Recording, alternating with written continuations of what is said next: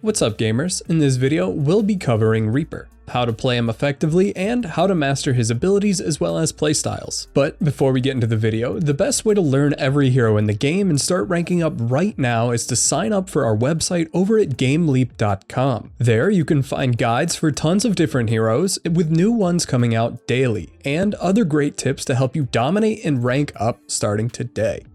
Alright, let's hop right into playstyles with Reaper. The two main playstyles that you'll have are flanking/diving and playing with your tank trying to fight the enemy tank. Right from the start, playing around your tank and winning the tank battle for your team is easiest and the best way to play Reaper in my opinion. The reason for this is that on most maps, well actually on every single map, winning the game is not about how much damage or how many kills you get, but the goal is to capture the objective or stop the objective from being captured. And the easiest way to do this is to make sure that the enemy tank is not alive. Sure, you could kill the rest of the enemy team before you kill the enemy tank, but as Reaper, it's a lot easier to do it the opposite way around, where you kill the enemy tank first, and then you start just pushing the objective, and anybody that tries to stop you and comes towards you is going to meet your shotguns. This is the beauty of Reaper. Because you don't have to focus on flanking or fighting the enemy supports or DPS, all you really have to do is push that payload, capture that objective, and wait for the enemies to come to you. But you have to do it a little bit smarter than what I'm talking about. So long as you're hard focusing the enemy tank, as well as getting your tank and at least one of your other teammates to try and focus the enemy tank as well, you should have a very easy time winning your duels with the enemy tank and just capturing the objective or holding the objective for a lot longer than you normally would.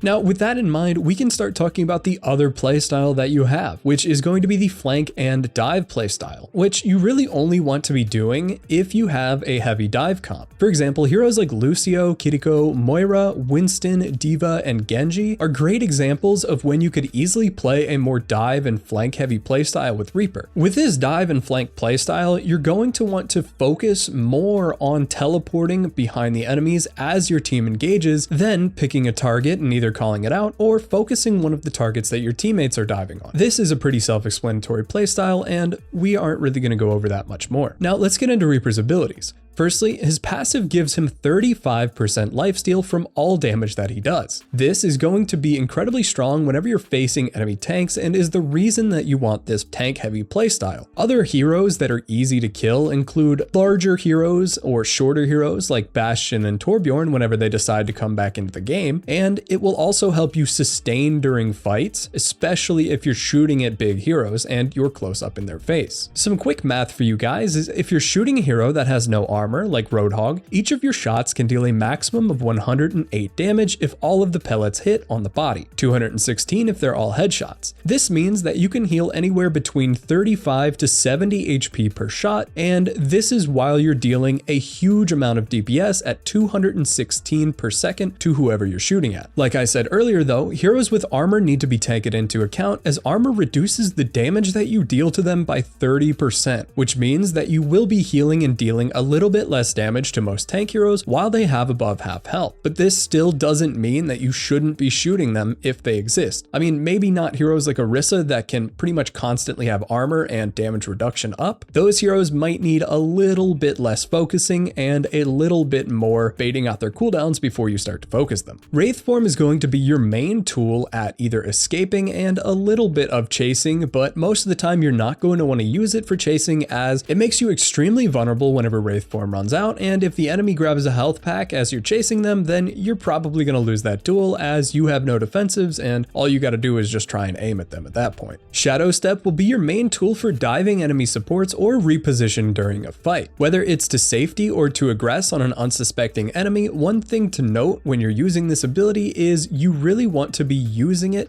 to go above enemies or not really behind them, but as hidden as you can next to a lot of cover. You want to be teleporting safely either behind cover or above enemies where nobody is, instead of like right behind the enemy Ano where she can just turn around and sleep you as you teleport. One cool thing about Reaper's teleport is that you can actually use it while you're in midair and it will give you a slow fall effect. So what you can do is jump off the side of the map as you're about to teleport, and then you will slow fall as you teleport away to safety. Lastly, let's get into his ultimate. Death Blossom is insanely strong by itself. but comboed with other support ultimates, whether it's an Ana or Kiriko ultimate, can make it deal incredible damage and just be a guaranteed team wipe. It deals 170 damage per second to every target in its radius, and this lasts for 3 total seconds, allowing you to deal up to 510 damage to every single target within the radius. And if we do some quick math here, 35% of 510 is 178 healing per target over the entire duration of the ultimate, which means that the more targets you have, the more invincible that you'll be. This can easily be a team wiping ability if you're using it at the right time and location. And things that you really have to worry about when you're using this ability is abilities like Ana's anti-nade. Anything that can really easily block or eat your ultimate, like shields or Diva and Sigma Matrix, but most of the time when you're using it, you really just want to try and take out those targets before they can actually use their abilities. And this is where your teleport comes in. You're going to be combining your ultimate with your teleport, where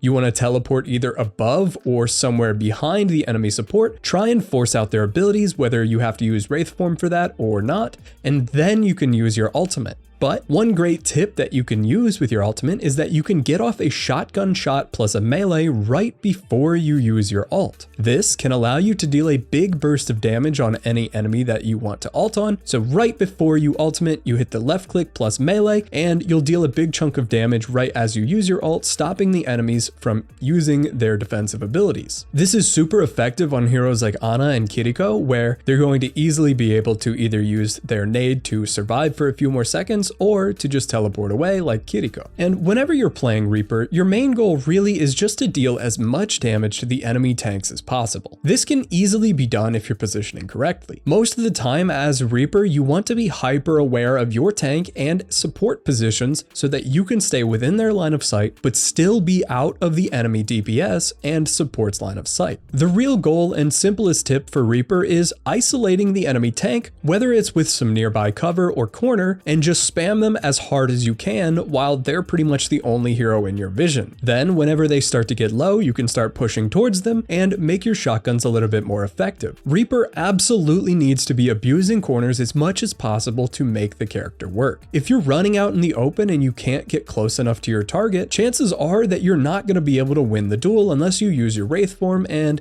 even then it's kinda iffy. Whether it's baiting your enemies to come close to you in a small room or teleporting above them to drop onto them and then Wraith Forming out, you need to be closing the distance as much as you possibly can to finish off your targets. Now, most of the time this is gonna be super easy, as all you have to do is play around the objective, wait for the enemies to come to you, and kill anybody who touches the objective. This is a little bit harder on control point maps as they're a little bit more open with the objective, but on payloads you should easily be able to find some buildings or easy cover that allows you to hug the objective while deleting the enemy tank. Now, you shouldn't be engaging the enemy tank alone. If you have your tank with you, then you're going to want to be hard focusing the enemy tank, forcing out all their cooldowns and trying to win that tank duel. And if you don't have your tank with you, you should either be waiting or just trying to pick off anybody that's close to you. As Reaper, just holding the objective is going to be the easiest and best way to net a lot of damage and kills in games, and whenever you're doing this, you force the enemies to come to you where you don't have to chase anybody down. Make sure that if I miss anything, you're telling me in the comments below, and tell me how well you're doing with Reaper in this season. Thank you all for watching, and I will see you in the next video. Make sure that you check out our Overwatch 2 website that just released the other day. It is constantly being updated with new guides on every single hero, so make sure that you check out the website link right now in the description or go to GameLeap.com and sign up today.